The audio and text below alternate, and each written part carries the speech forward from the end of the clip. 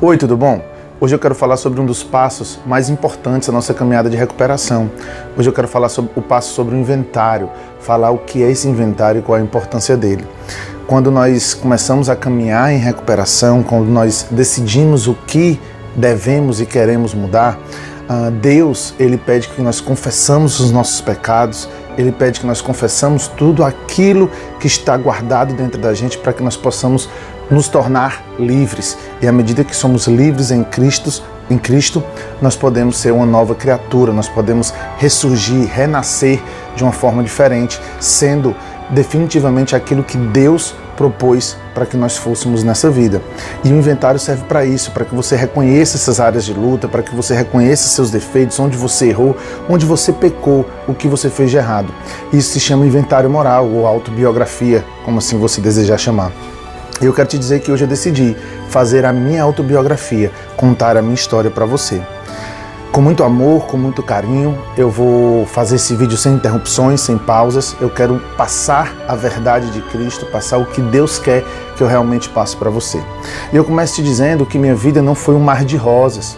Minha vida teve muitas dificuldades, mas eu não posso te dizer que eu tive um trauma emocional como muito se conhece. Eu não fui espancado quando era criança, eu não fui violentado sexualmente como era criança. Meus pais, à medida do que eles conheciam, puderam me dar de tudo emocionalmente e financeiramente. Eu estudei nos melhores colégios, eu fui atleta de natação, eu caminhei com as melhores rodas sociais de Fortaleza. Eu tive uma infância aos olhos do mundo, aos olhos externos, uma infância muito boa, com seus problemas, com suas dificuldades, com suas qualidades, com os seus ganhos, com suas vitórias. Uma infância realmente boa, como eu te disse, aos olhos do mundo, os olhos normais. Uma infância normal. Então hoje, quando eu começo a olhar para a minha vida, eu começo a entender que apesar de até eu achar uma infância muito boa, ela não foi tão boa assim. Tá? Eu não quero justificar nada meu através dos erros dos outros, dos meus pais, ou meu. Não quero justificar nada, eu apenas quero te contar essa história. Então, quando eu nasci, mais ou menos por volta de 2 anos de idade, meus pais se separaram. E nessa separação começou a acontecer um vazio dentro de mim. Um vazio que nem eu mesmo sabia que eu tinha. Começou que meu pai, financeiramente muito bem, que caminhava próspero em seus negócios, trabalhava o dia inteiro. Minha mãe já não tão bem economicamente, tinha que trabalhar em 2, 3 empregos e dessa maneira ela não tinha como estar tão presente como ela gostaria, e eu sei muito bem disso. E assim eu acabei ficando na mão de babá, de pessoas que trabalhavam na nossa casa, mas não que meus pais fossem ausentes, não, eles só não estavam o quanto eu gostaria. E esse sentimento de abandono foi se nutrindo dentro de mim involuntariamente. E à medida que eu fui crescendo, eu fui aprendendo a viver só, eu fui aprendendo a viver da maneira que o mundo foi me ensinando. E assim eu progredi minha vida, caminhei na natação, fui um competidor, né? Viajei muito competindo, era um dos melhores alunos do colégio. E aí mais ou menos na 8ª série eu mudei de colégio. E aí veio as amizades. Algumas amizades que eu guardo até hoje, que são muito queridas na minha vida, que me ajudam e que eu tenho muito prazer de estar perto delas, mas outras amizades não foram tão boas assim. E aí eu conheci o álcool. Quando eu conheci o álcool, eu quero te dizer também que essa análise das amizades, das minhas dores, são feitas hoje por uma pessoa que tem um discernimento e um conhecimento grande sobre isso. Mas naquela época eu não sabia nada do que estava acontecendo. E aí eu comecei a caminhar com essas amizades, fui descobrindo o álcool e eu comecei a entender. Eu comecei a descobrir que nessa roda, nesse meio eu era amado, nesse meio eu era querido, nesse meio eu era aceito como eu era, em uma ilusão de ser aceito como eu era. Porque nesse momento eu comecei a descobrir que eu só era aceito porque eu fazia o que eles faziam. Então eu fui caminhando dessa maneira, fui preenchendo essas lacunas emocionais na minha vida com amigos, com drogas, com álcool, com várias coisas, abandonando a natação, abandonando meus estudos, empurrando tudo com a barriga até eu conseguir chegar no primeiro ano. No primeiro ano eu repeti 2 vezes, fui estudar no supletivo, continuei nesse supletivo e continuei sempre me associando a essas pessoas que, se eu fizesse o que eles faziam, eles me aceitariam. E eu fui, junto com as minhas demandas emocionais, junto com os meus traumas emocionais, com minhas dores, eu fui preenchendo tudo isso com álcool. Então eu comecei a engordar, cada vez mais eu também comia, eu ainda não tinha um quadro reconhecido como alcoolista, tá? Eu era apenas o gordinho, eu cheguei a pesar 150 quilos, até que isso começou a me prejudicar. As pessoas começaram a cobrar minha gordura, começaram a cobrar a minha saúde, começaram a cobrar com quem eu realmente deveria ser, como eu deveria agir. Isso foi entrando em um conflito, até que eu decidi fazer uma redução do estômago. E nessa redução, hoje eu entendo claramente quando as pessoas chegavam para mim e falavam assim: não faz isso, você vai acabar se prejudicando, não é bem, você precisa ir no psicólogo. Na verdade, a redução do estômago não causa nenhum problema. O problema é que toda aquela compulsão, toda aquela dor, tudo aquilo que eu mascarava com a comida, deixou de ter o seu alívio, deixou de ter a sua fuga. Então eu não podia mais comer, e o álcool foi substituindo a comida. E na medida que o álcool começou a substituir a comida, e que eu comecei a exagerar no álcool, e que meu corpo, por causa da redução também, começou a não aguentar a mesma quantidade de álcool que eu aguentava, as pessoas começaram a ver, as pessoas começaram a identificar o meu alcoolismo. E nessa identificação do meu alcoolismo, eu passei por alguns processos de vexame, porque o álcool, ele é progressivo. Você começa bebendo uma, bebendo duas, bebendo três, e daqui a pouco você não tem mais controle sobre ele. Então eu comecei a dormir em mesa de festa, eu comecei a bater carro, eu comecei a dormir na porta de casa, meus pais começaram a ter que me resgatar em alguns momentos esses que eu nem sabia, eu fui descobrir depois, em sobriedade. Quantas vezes minha mãe me tirou de dentro do carro, quantas vezes meu pai veio me socorrer. Então a gente começou a ter sério dissabores com isso. Nesse momento a gente colocou uma empresa aqui em Fortaleza, uma franquia. Essa franquia a gente chegou a ter 7 filiais aqui em Fortaleza, isso tudo no consumo do álcool. E eu e meu pai junto começamos a viver em casa e no trabalho. E com essa proximidade maior, com mais tempo gasto um com o outro, meu pai começou a notar mais fortemente o álcool na minha vida. Os meus atrasos no trabalho, chegar bêbado no trabalho, chegar com cheiro de bebida. E eu comecei a caminhar essa insanidade na minha vida. E à medida que isso foi piorando, o meu pai teve a atitude de se distanciar através de um programa chamado Al-Anon, tá? Que são o alcoólatra, ele vai para o Alcoólatras Anônimos, o Al-Anon vai para o familiar, vai para o Al-Anon.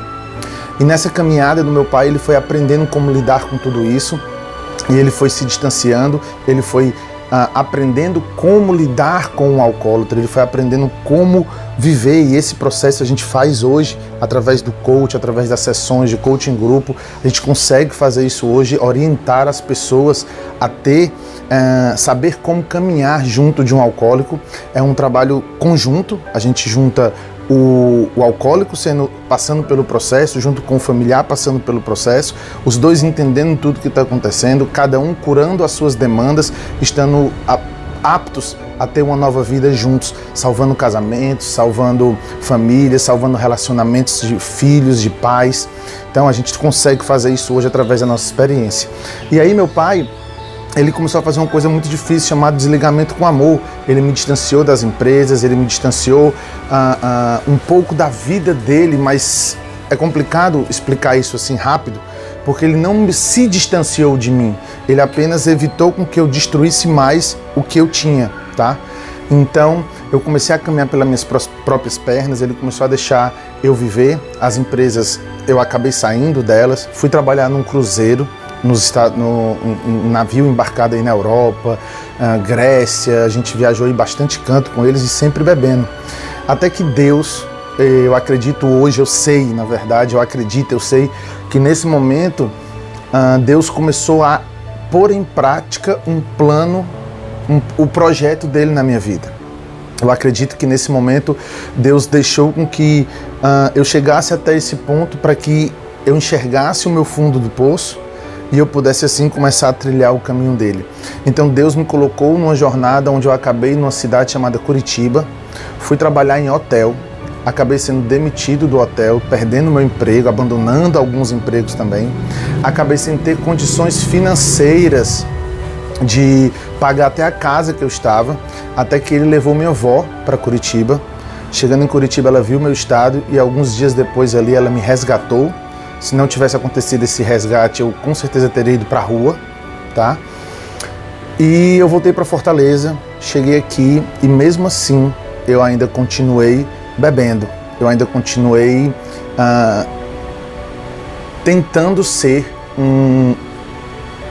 tentando não ser um alcoólatra, mas continuar bebendo. Através do meu querer, da minha vontade, da minha inteligência, do quanto eu era forte, do quanto eu conseguiria sozinho sem precisar de ninguém. E é tão louco isso, que nesse meio termo eu fui para Umbanda, eu fui para Macumba, eu fui para Centro Espírita, eu fui buscar essa sanidade de alguma maneira onde eu não precisasse parar de beber.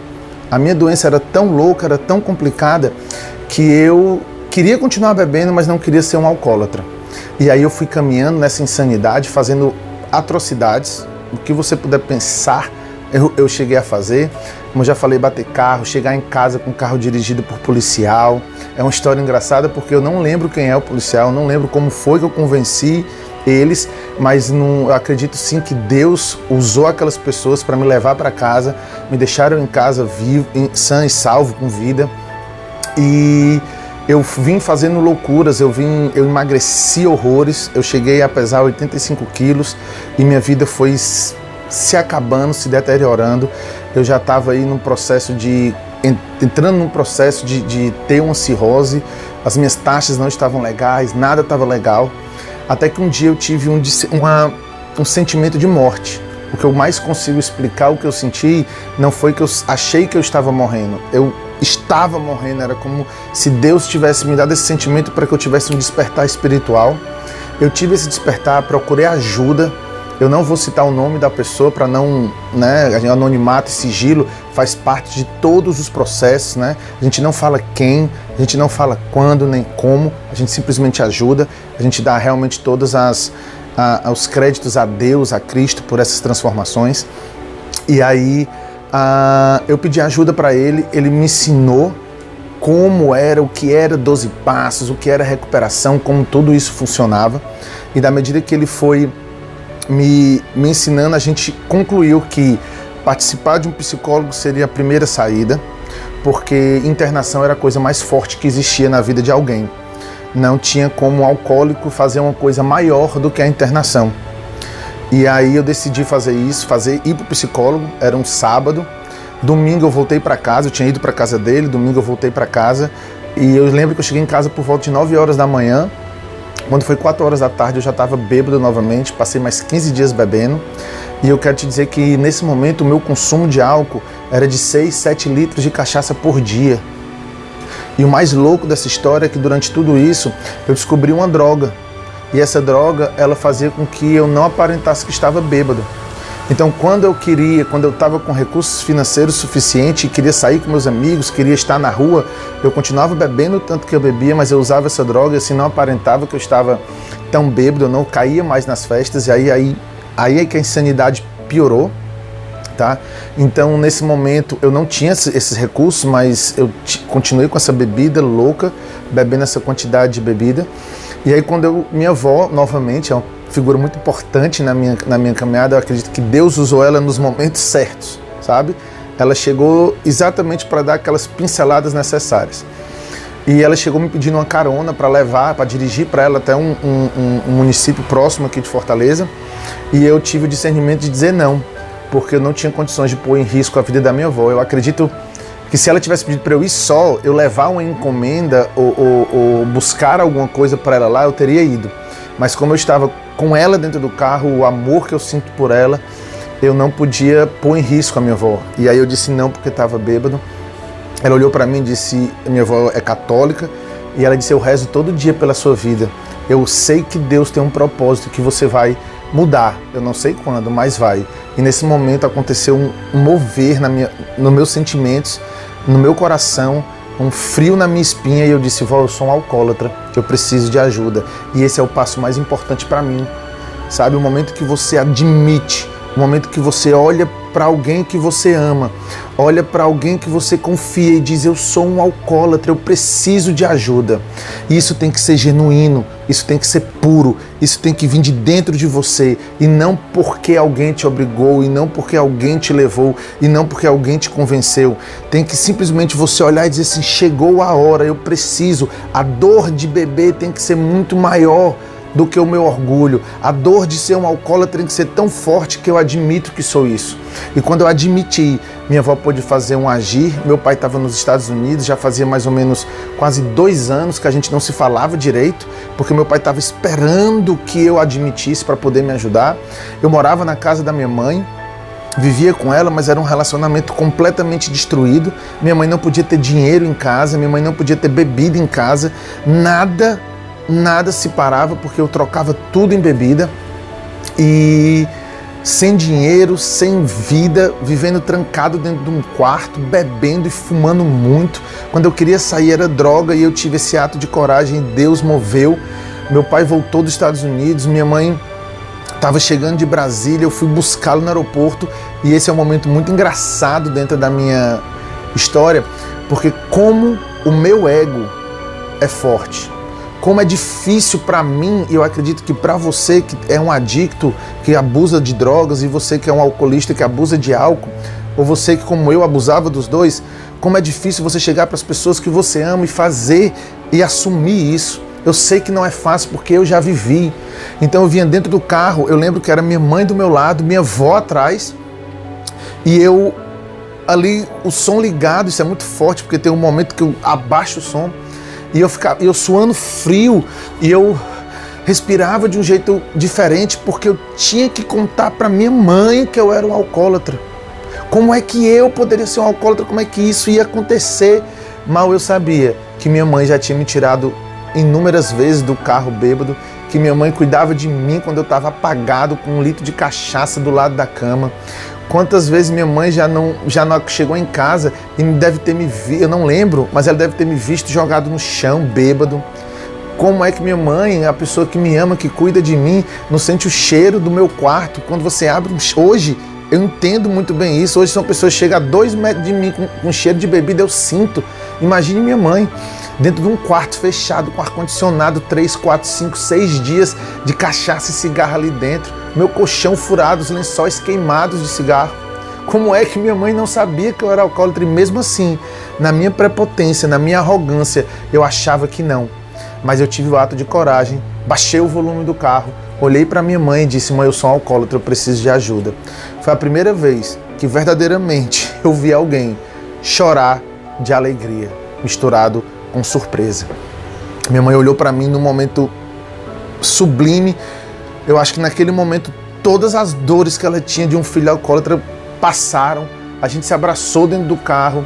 A felicidade dela, a felicidade do meu pai, eu imagino, eu não estava presente, mas eu imagino a felicidade que meu pai devia vir no avião, sabendo que ele estava voltando para o Brasil, voltando para Fortaleza para resgatar o filho dele.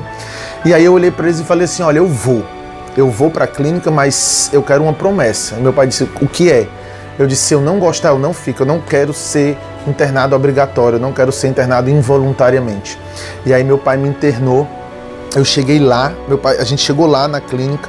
A clínica não era aquilo que eu pensava, não era um manicômio, não eram pessoas do mal, não tinha nada disso. Eram pessoas que estavam perdidas como eu, eram pessoas que de alguma maneira estavam precisando de ajuda como eu, e que estavam, cada um da sua maneira, buscando essa sobriedade, uns conseguindo, outros não, mas todos tentando. E aí eu decidi ficar, eu fiquei na clínica. E eu acredito que quando eu entrei naquela clínica, foi o meu primeiro confessar. Foi o meu primeiro, quando Deus pede e diz assim: confesse seus pecados, que Deus vai te trazer cura. Eu acho que Deus pôde começar a agir na minha vida, porque finalmente eu confessei o meu pecado e Deus começou a agir. Eu comecei a caminhar na clínica e quando você coloca sua vida, quando eu coloquei minha vida nas mãos de Deus, quando eu disse, Deus, eu não sei o que eu estou fazendo aqui, eu ainda lá na clínica ainda achava que eu não era tão alcoólatra assim, eu achava que eu podia ter controle, mas eu decidi verdadeiramente entregar minha vida e minhas vontades ao cuidado de Deus. Eu permiti que Deus entrasse na minha vida de uma maneira como eu nunca permiti. Eu, aos 16 anos, me converti evangélico numa igreja chamada Primeira Igreja Batista de Porangabuçu, que hoje se chama Comunidade do Amor, com o reverendo Munguba Júnior. Eu me converti lá, frequentei algum tempo, mas me distanciei, e nesse distanciamento foi onde o meu alcoolismo realmente aconteceu. E eu sabia algumas coisas de igreja, sabia algumas coisas de Deus, e eu entreguei verdadeiramente. Eu comecei a caminhar com Deus e eu disse, Deus, eu não sei como, não sei porquê, não sei como vai ser, mas me ensina, me ajuda. E aí dentro da clínica algumas percepções começaram a acontecer na minha vida. Eu comecei a descobrir o amor de Deus.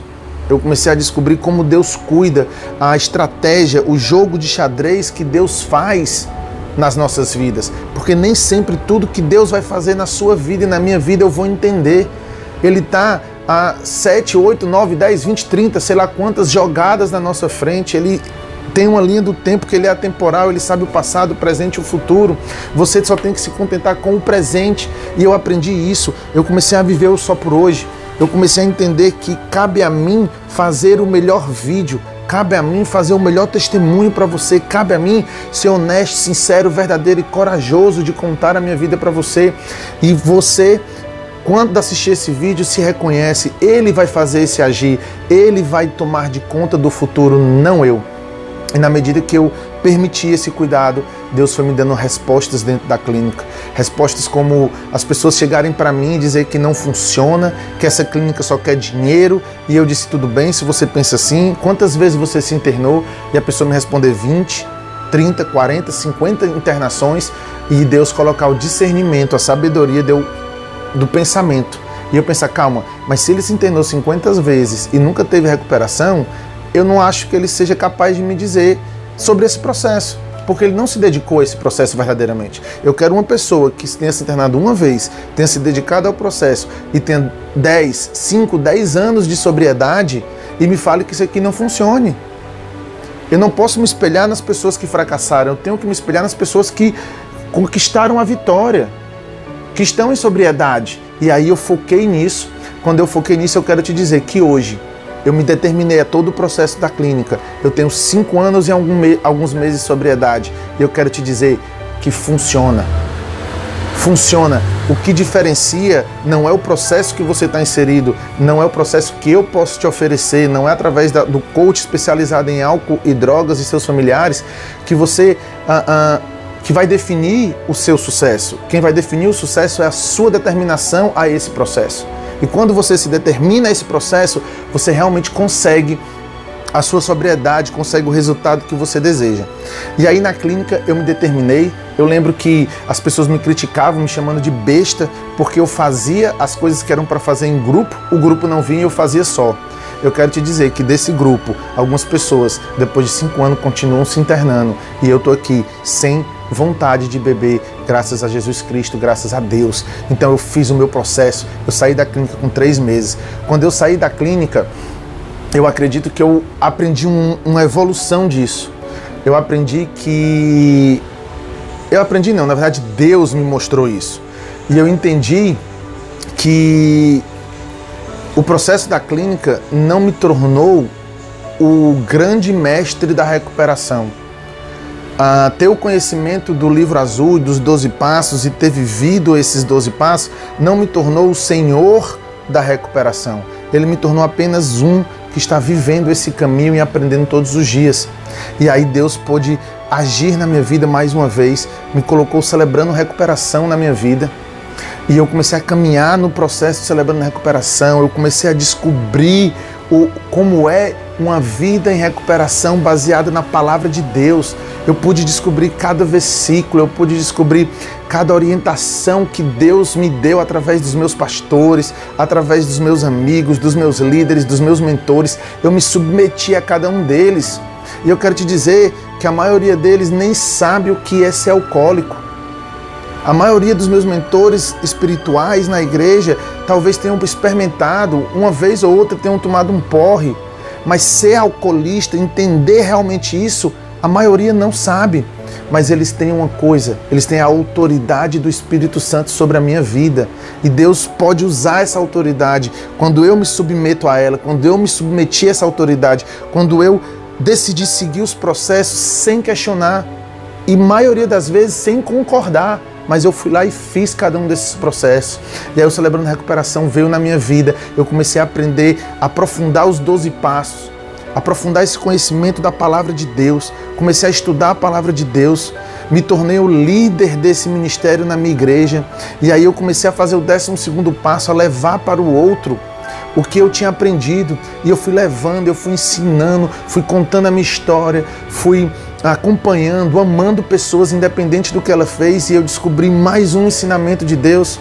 Eu sempre ouvi, acho que todos nós já ouvimos isso, que ensinar é aprender muito mais. A gente aprende muito mais quando ensina.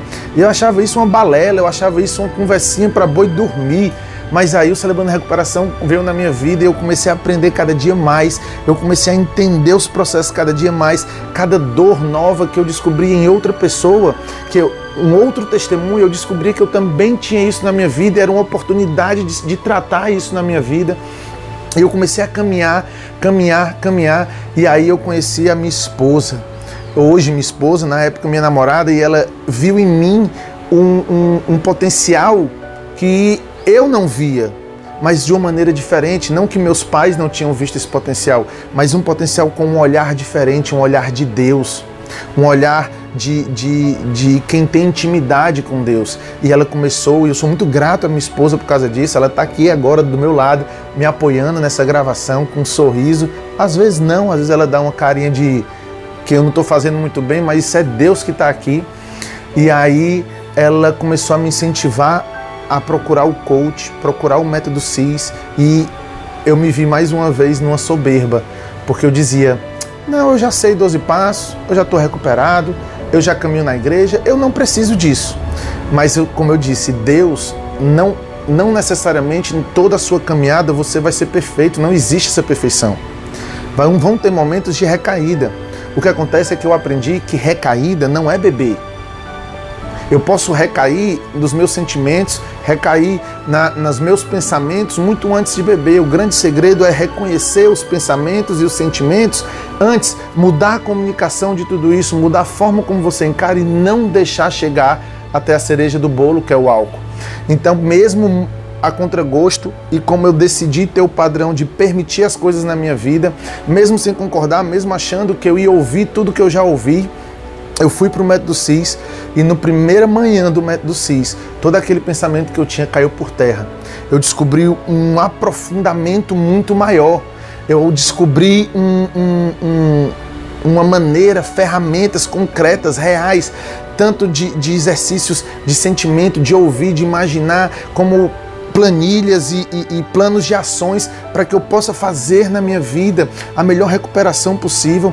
E eu me apaixonei por isso também, foi mais uma ferramenta. Então agora eu tinha a clínica, agora eu tinha os 12 passos, eu frequentei o Alcoólatras Anônimos, que é sugerido depois da clínica, 90 dias, 90 reuniões, então eu frequentei o NA, eu tenho um certo conhecimento de NA, 12 passos, a palavra de Deus, o coach. E aí eu me programei e fiz a formação em coach. Foi mais um aprofundamento. Deus abençoou. Eu fui presenteado por um amigo, irmão, chamado Rafael Santos, que também é coach, que hoje é meu parceiro, é meu coach, porque eu preciso de mentoria. Então hoje eu tenho o Rafão como meu mentor, eu tenho o Reverendo Munguba Júnior como meu mentor espiritual, eu tenho o pastor Kleberson, que também é um líder da minha linha, que é um mentor. Eu tenho o Moza, eu tenho o Dr. Daniel, que foi o meu mentor durante muito tempo, mas uma vez mentor, sempre mentor. Ainda escuto muito as orientações dele, me espelho muito no conduta, na forma como ele vive, e isso me inspira também. Hoje eu tenho minha esposa que me ajuda, hoje eu escuto minha mãe, hoje eu escuto meu pai. Eu me eu me cerquei de pessoas que me amam, que querem o meu bem e aprendo com elas todos os dias. É necessário que a gente tenha um mentor.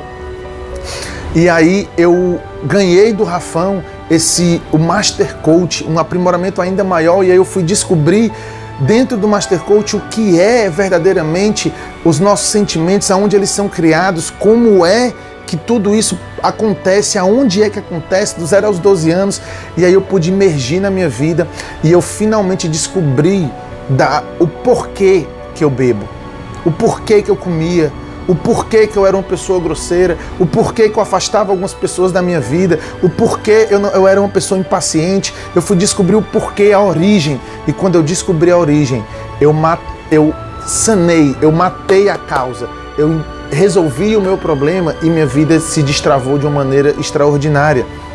E depois disso tudo, eu comecei a fazer os vídeos, eu comecei a atender como coach, eu comecei a fazer caminhar os frutos da minha sobriedade, eu comecei a ser um novo homem, eu tenho um casamento feliz, e eu quero te falar que um casamento feliz, eu posso dizer hoje, eu descobri que eu tenho um casamento perfeito. Claro, eu tenho um casamento perfeito. Eu discordo da minha esposa, a gente briga de vez em quando, a gente tem os nossos momentos de felicidade, a gente tem os nossos momentos de reciprocidade, a gente tem os nossos momentos de intimidade de Deus, do Evangelho de Cristo, nós temos uma vida perfeita com seus altos e baixos, com suas felicidades e tristezas. Então, nesse parâmetro, dessa forma, é sim perfeito. E eu comecei a caminhar e mais uma vez eu vi tudo está bem. E Deus me trouxe uma nova percepção disso tudo. Ele me trouxe uma percepção de que eu preciso assumir uma identidade. Eu precisei novamente alinhar quem eu sou. Eu era um João, me transformei em outro, fiz um upgrade, fiz outro upgrade, evoluí, e eu precisei parar um momento. E eu precisei entender quem realmente eu sou nessa caminhada, nisso tudo, hoje. E hoje eu consigo entender que eu sou um cristão, que eu sou evangélico, que eu amo o Evangelho de Cristo, eu amo a história de Jesus Cristo, eu amo a maneira como Jesus Cristo amou as pessoas, eu amo a maneira como Jesus Cristo percebia o mundo. Não tem como o Jesus Cristo não ter sido uma divindade para mim, é impossível esse cara não ser realmente enviado de Deus, não ser o Filho de Deus, não tem como eles não serem uma trindade, não tem como.